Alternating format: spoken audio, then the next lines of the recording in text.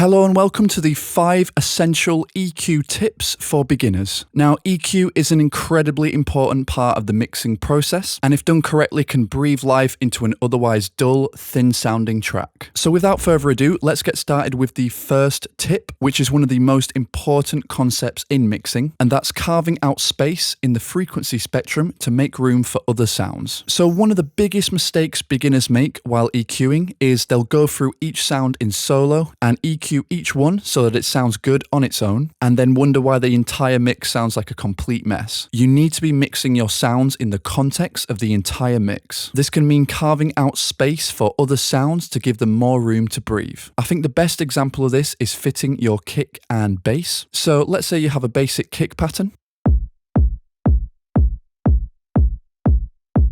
and a bass sound.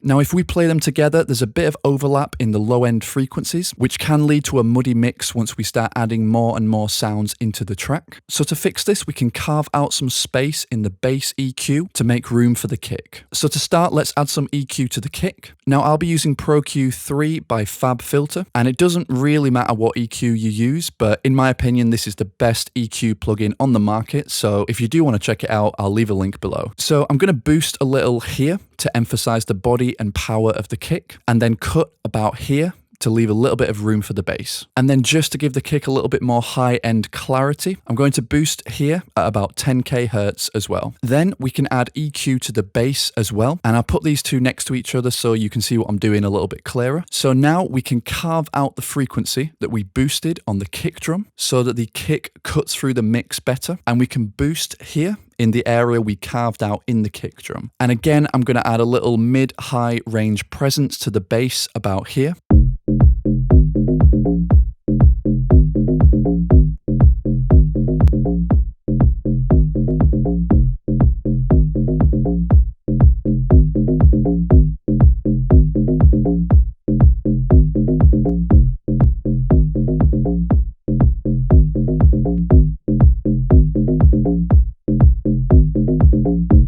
So hopefully you can hear the difference there. This is a really simple example of a much bigger concept, which is that you want to be carving out space for other sounds so that multiple sounds don't take up the same space too often. Another good example would be making space in the EQ of a piano or guitar to make room for vocals. If a sound is part of a full track, it's usually redundant to EQ it in solo, so you need to shape the frequency spectrum within the context of the other sounds playing at the same time. And if you do want to get a bit more advanced, you can even sidechain EQ so that the space is carved out only while the other sound is occupying that space. But that might be a little bit too advanced for this video, so I might cover that in another video down the line. Okay, so moving on to the second EQ tip, and I will say this one is really simple, but so effective. So let's say we have a sound with quite a muddy, resonant low end. A lot of the time, this will be caused by a specific frequency range that we need to reduce. So a really easy way to find this pesky low end frequency is to create a narrow EQ boost and essentially sweep along these lower frequencies until you hear excessive distortion.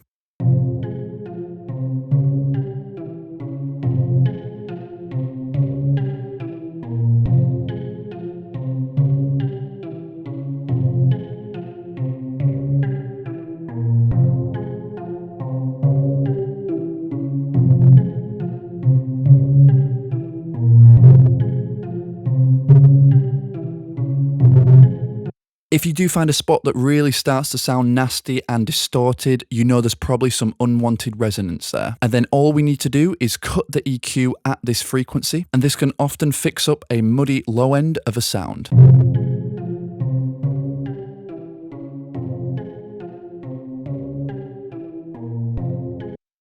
This works for almost any sound, so guitars, pads, pianos, anything really. And it also applies if there's a high-end resonance issue with a sound. And like before, we can just sweep these higher frequencies until you notice any excessive distortion. Now you might be wondering, surely if you're using a plugin like Pro Q, you can just spot these resonant frequencies on this EQ analyzer? Well, firstly, a lot of EQ plugins don't have an analyzer as accurate and detailed as this one. And the second reason actually leads me on to the third tip, which is to rely on your ears, not the analyzer. Every mix is different and every sound is different. The analyzer is simply not going to give you enough information to produce good results if you're completely relying on it. At the end of the day, the analyzer is just data. And while it can be really useful for certain things, you'll get significantly better results relying on your ears and your intuition. Only you know the vibe and the atmosphere of the track you're going for, and the frequency analyzer isn't really going to help you with that. If something sounds good, it sounds good. And the more you practice using your ears to shape your mixes, the faster you'll become at creating balanced, professional sounding tracks. This next tip was a bit of a game changer for me, and it's a fairly specific idea, but it's a question I get asked a lot, which is,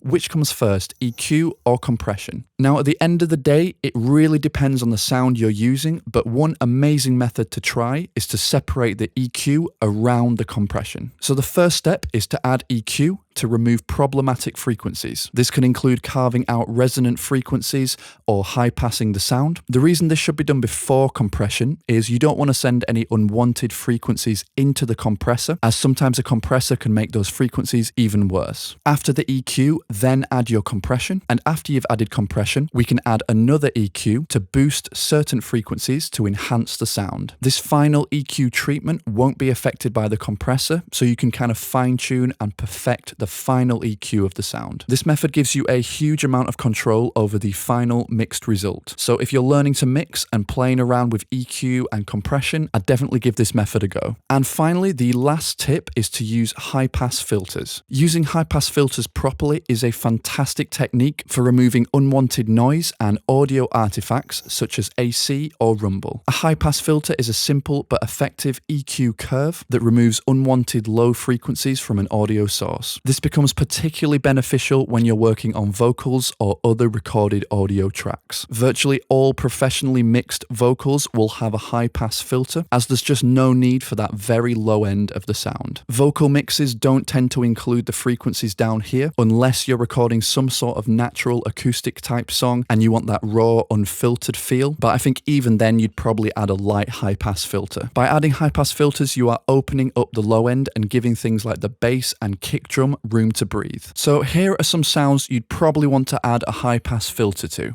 But having said that, make sure you don't add high-pass filters to too many sounds, otherwise the track as a whole will lose a lot of its body. If you do have a sound like a piano, where you do want to retain some of the low end, use a low shelf filter instead. And there we have it. So that's our top 5 essential EQ tips for beginners that will hopefully save you some time while learning to mix. If you're a beginner, remember that mixing in general is a skill that requires time, patience, and dedication. Your mixes will slowly get better over time, but only if you're willing to put in the hours to learning and mastering the various techniques out there. So if you did enjoy this video, make sure you give it a like and subscribe to the channel. It really means a lot. And comment down below any mixing tips that have helped you out that can maybe help some other people watching as well. And as always, thanks for watching, and I'll see you in the next video.